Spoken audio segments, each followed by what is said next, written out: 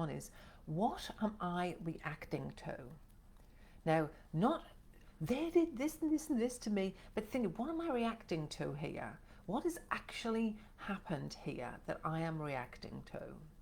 So that's question number one. We can ask ourselves a question like this: what's happening with me? What's happening in me? What's happening to me right now? What are the thoughts that I'm having? What are the emotions that I'm having? What are the sensations that I'm having? So maybe a thought is, if they leave me, I won't be able to cope. Maybe that's the thought I'm having. Maybe my emotions are about being really afraid. I'm really scared. What's going to happen next? I don't know how I'll cope. How will I manage financially? How am I going to deal with things? Our thoughts are racing in our mind, and our fear isn't growing by the minute. Our fear is growing. And maybe the sensations we have are feeling out of control, feeling like we are going to spiral, feeling like everything, our head is spinning, our chest is pounding.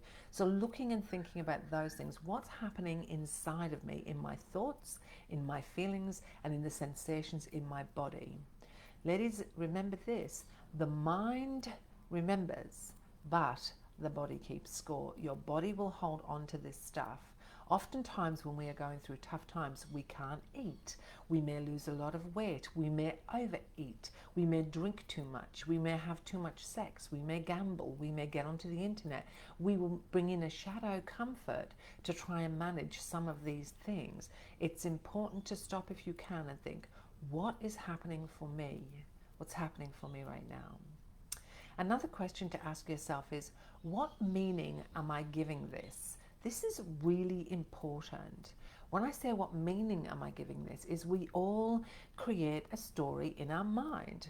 We create a story about what this means. So if somebody leaves us, the story we might give that, or the meaning we might give that, is, I'm not lovable, I'm not worthy, I'm not good enough, I'm not pretty enough, I'm too fat, I'm too loud, I'm too needy. So we may give meaning to something that is not accurate. If somebody is dating us, or we've begun, a couple of dates, and they then ghost us, we may make up a story, we might give meaning to that, well, they don't like me. I never get a date, so this always happens to me because I somehow am not, I'm not good enough, I'm not worthy enough, I'm not lovable enough. Think about the meaning you give it.